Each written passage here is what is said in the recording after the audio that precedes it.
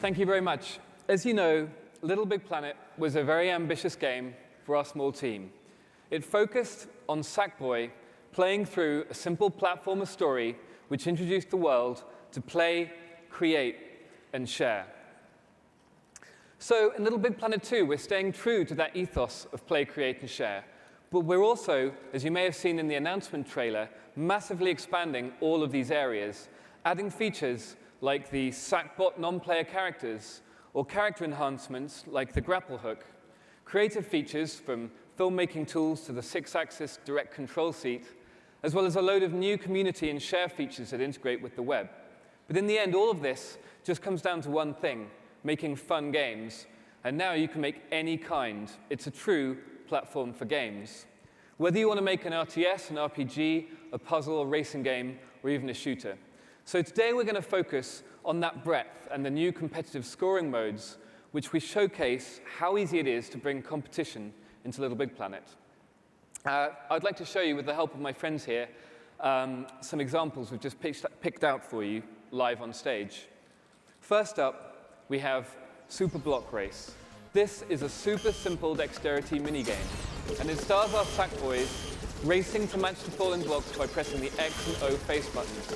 Using direct control, you can create any mapping from the 6-axis controller to the gameplay. The time penalty for getting a mistake is balanced by the creator, and it's actually hiding a great depth to the gameplay. It was a great way to create a simple piece of gameplay mechanic with just a few physical tools that you'll be familiar if you've ever used Pop-It in Little Big Planet 1. With the new competitive scoring, each player gets their own score, which can be set by the creator. And at the end of the level, here in 2 seconds, you get presented with a neat map so that the winner can celebrate in style.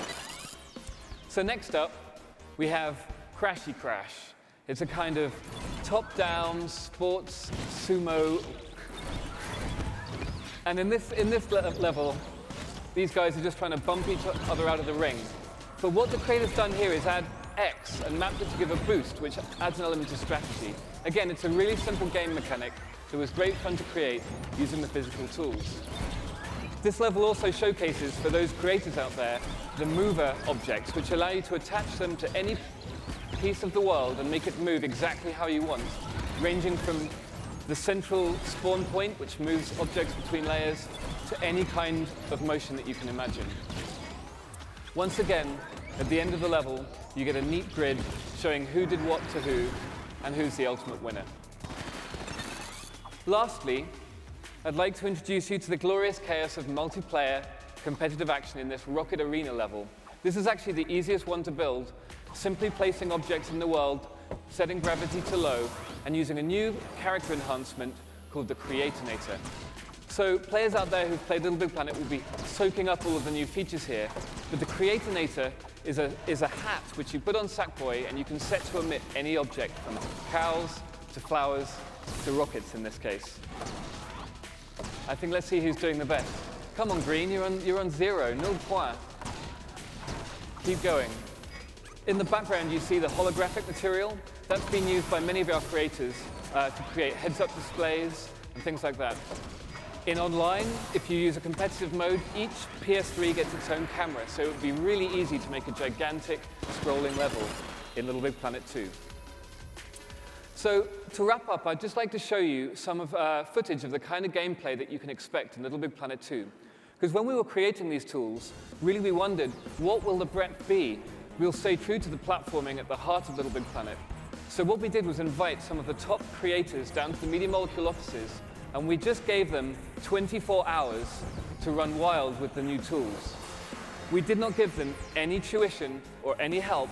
They'd seen nothing.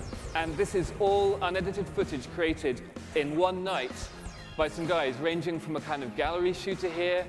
Sackboy is doing way more than just platforming. There were tons of different kinds of levels, and we've carried this breadth all the way through to the story mode in Little Big Planet 2, ranging from top-down racing games with AI characters, and even, in one instance, a full real-time strategy game with multiple units, unit creation, pathfinding, psychedelic 3D shooter, which takes place at the end of one of the boss fights in the game. What you just saw was an example of the breadth of the in-game tools, the things that we use at Media Molecule and which our fans and our creators use also, ranging from custom HUDs to all of those features in the RTS. It's super easy, and it looks beautiful. With Little Big Planet 2, the breadth and the possibilities are endless. You can make any kind of game you can imagine.